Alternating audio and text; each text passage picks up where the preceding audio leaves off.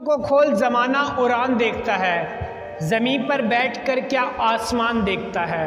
السلام علیکم، آپ 72 کے ساتھ میں ہوں آپ کا ہوسٹ اور دوست ارسلان محمود۔ ناظرین والا، ایک وقت میں ایک بادشاہ رہا کرتا تھا جسے پرندے وغیرہ پالنے کا بے حد شوق تھا۔ وہ تمام جیو جنتو بڑے شوق سے پالا کرتا تھا۔ ایک مرتبہ بادشاہ کے دوست نے اسے 2 عقاب گفٹ کیے، یعنی ایگل گفٹ کیے۔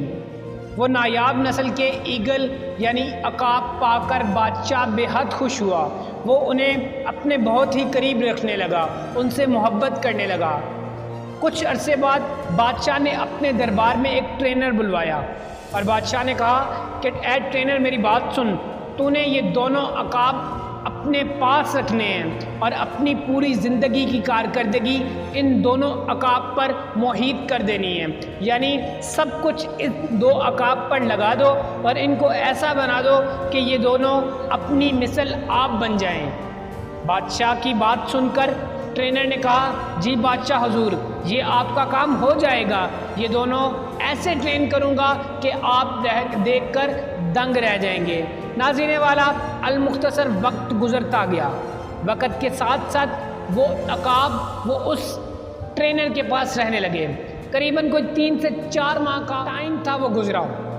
3 سے 4 ماہ بعد بادشاہ کے دربار وہ ٹرینر حاضر ہوا۔ سلام کے بعد عرض کرنے لگا، بادشاہ سلامت، بے شک اس میں کوئی شک نہیں کہ آپ نے جو 2 عقاب مجھے اپنے پاس پالنے کو دیے ہیں وہ بے حد خوبصورت اور نایاب نسل کے ہیں۔ ان کی نسل کے عقاب آج دنیا میں موجود نہیں، مگر اس کے حوالے سے مجھے کچھ پریشانی لاحق ہے۔ بادشاہ نے کہا، پریشانی؟ کس طرح کی پریشانی؟ مجھ سے ڈسکس کرو، مجھ سے بحث کرو اس معاملے پہ۔ تو اس پر وہ ٹرینر کہنے لگا، بادشاہ سلامت، ان میں سے ایک عقاب تو بڑی خوبصورت ٹریننگ لے رہا ہے اور وہ اتنا اچھا اڑنا اور اپنی چال دکھانا سیکھ چکا ہے کہ آپ دیکھیں گے تو خوش ہو جائیں گے، مگر دوسری طرف دوسرا اس کا ساتھی عقاب جو ہے وہ صحیح طرح سے اڑ بھی نہیں سکتا، اس کو ایک جگہ بیٹھے رہنے کی عادت ہے۔ تو میں کیا کروں، اس کو میں کیوں کر اور کیسے کر سکھاؤں جبکہ وہ اڑنے کی مہارت بھی صحیح طرح سے نہیں رکھتا؟ سکھاؤں تو میں تب نہ جب وہ اڑنا سیکھ چکا ہو، اسے اڑنا ہی نہیں آتا۔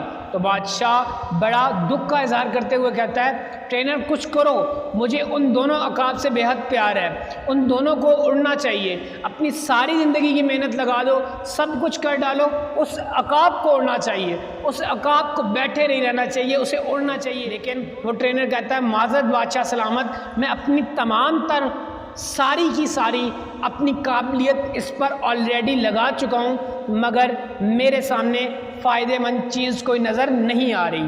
تو اس پر بادشاہ جو کہ کافی غمگین ہوتے ہوئے کہتا ہے، پوری سلطنت میں اعلان کروا دو کہ کیا کوئی ایسا شخص ہے جو پرندوں سے بات کر سکتا ہے، جو پرندوں سے کوآرڈینیٹ کر سکتا ہے تاکہ پرندے اس سے بات کریں کہ کیا مسئلہ ہے، اس کی دوسری نسل کا جو پرندہ ہے، جو عقاب ہے، وہ تو اڑ رہا ہے، وہ کیوں نہیں اڑ رہا، اسے کوئی پریشانی ہے، کوئی مسئلہ ہے تو وہ ہمیں سمجھ آ سکے۔ خیر، وہ ٹرینر نکل پڑتا ہے اس شخص کی تلاش میں جو کہ اس سارے مسئلے کا حل دے سکے۔ کرتے کرتے آخر کار اس ٹرینر کو ایک دیہاتی بندہ ملتا ہے۔ وہ دیہاتی دربار میں حاضر ہو کر کہتا ہے، بادشاہ سلامت، میں اس پرندے یعنی عقاب کو اڑنا سکھا دوں گا، آپ پریشان نہ ہو۔ بادشاہ نے کہا، میری یہی پریشانی ہے، دور کر دو تو میں تمہیں انعام و وظائف سے نوازوں گا۔ اس پر اس نے کہا، ٹھیک ہے، آپ کل صبح آ کر نتیجہ دیکھ لیجئے گا۔ وہ دونوں عقاب ایگل لے کر بادشاہ سلامت کے دربار سے وہ دیہاتی شخص چلا جاتا ہے۔ جب صبح بادشاہ اس دیہاتی کے گھر میں جاتا ہے تو دیکھ کر حیران رہ جاتا ہے کہ وہ دونوں ایگل تو اڑنے لگے ہیں۔ اب وہ بادشاہ جو ہے وہ بے حد حیران ہوتا ہے اور داد رسی کرنے لگتا ہے کہ واہ بھائی کیا بات ہے، اس ٹرینر جو کہ اتنا مشہور ٹرینر اپنے آپ کو کہلواتا ہے وہ کام نہیں کر سکا جو ایک معمولی دیہاتی کر گزرا۔ تو اس پر بادشاہ سلامت نے اس دیہاتی شخص سے سوال کیا، اے دیہاتی، تم نے ایسا کیا کیا کہ یہ ایک ہی رات میں اڑنے لگا؟ تو اس پر اس دیہاتی نے ایک سادہ سا جواب دیا اور کہا، بادشاہ سلامت، میں نے کچھ خاص نہیں کیا، بس ایک کام کیا، جس ٹہنی پر وہ عقاب بیٹھا تھا میں نے اس ٹہنی کو ہائٹ سے کاٹ دیا۔ جب پرندے یعنی ایگل کو اپنی موت نظر آئی گرتے ہوئے تو اس نے اڑنا شروع کر دیا۔ جی ہاں ناظرین، ہماری زندگی بھی ایسی ایک شاخ کی مانند ہوتی ہے۔ ہم اپنے کمفرٹ زون میں بیٹھے رہتے ہیں اور یہ سوچتے ہیں کہ ہم ترقی کیوں نہیں کر رہے، ہم آگے کیوں نہیں جا رہے، حالانکہ ہم اپنا کمفرٹ زون چھوڑنے کو تیار ہی نہیں ہوتے۔ تو اس لیے ہمیں اپنا کمفرٹ زون چھوڑنا ہوگا۔